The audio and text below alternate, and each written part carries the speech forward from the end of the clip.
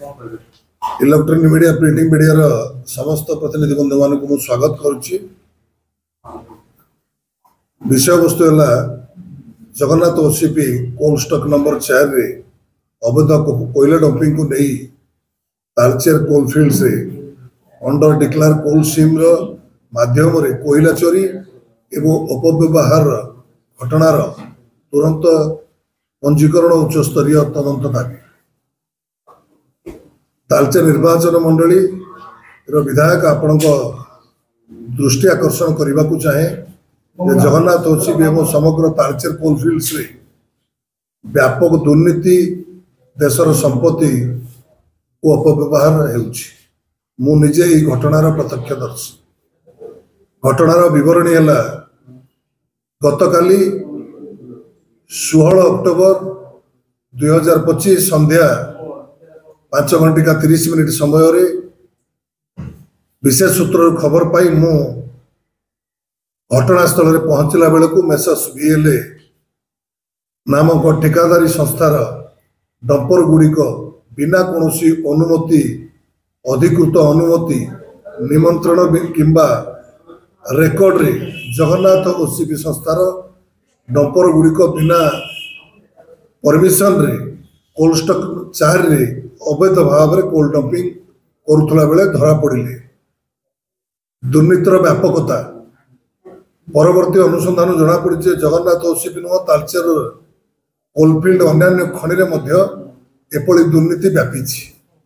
खनि रे थिबा किछि कोयला सीम को रेकर्ड अंतर्भुक्त करा जाउ नाही जाकू अंडर डिक्लेयर कोल सीम कहा जाए।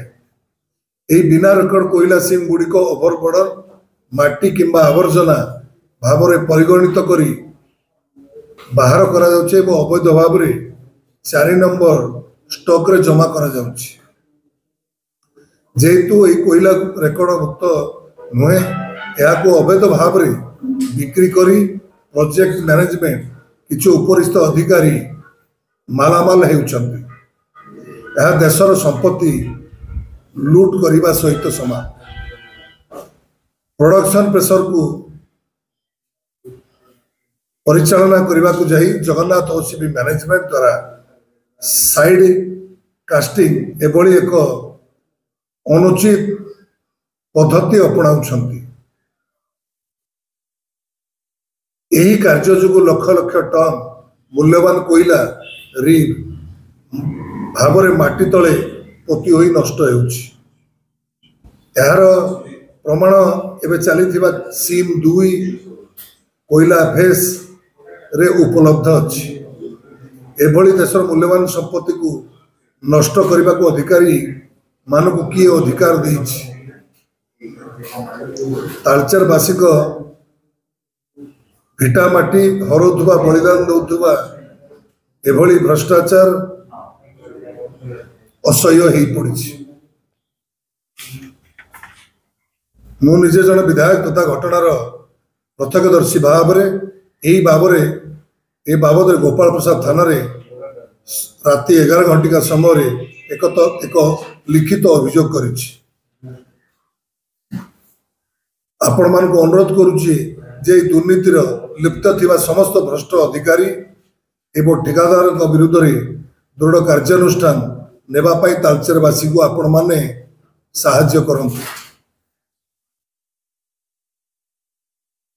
प्रथम कथाटी है जगन्नाथ ओसीपी कोल स्टॉक 4 रे होइतिबा अवैध कोयला डंपिंग मामला रे तुरंत पंजीकृत करा जाउ।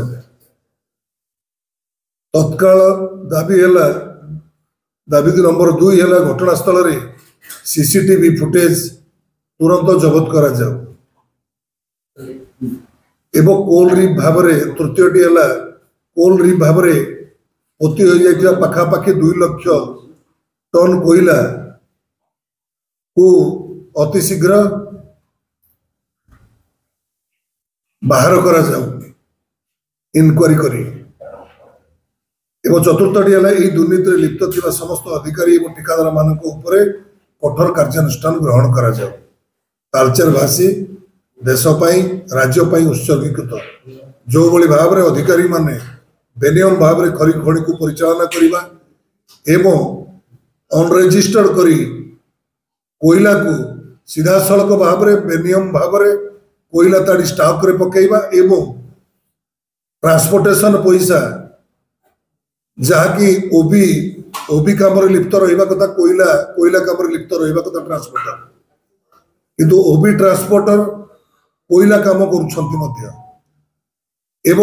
कोयला ट्रांसपोर्टर को मध्य बिल करा जाउची ओबी ट्रांसपोर्ट मध्य ए कोयला कढ़ेला पर भी मध्य से माने बिल पाउछंती ताले एतरे व्यापक घोटाला जहाँकि तारचेर कोलफिल्ड रे जेते गुड़िए माइंस अच्छी अनडिक्लेयर कोल सीम को अतिशीघ्र राज्य सरकार केंद्र सरकार ताको जांच करंतु एवं एते बड़ दुर्नीति को रोकिबा पई चेष्टा करंतु राज्य सरकार एवं केंद्र सरकार।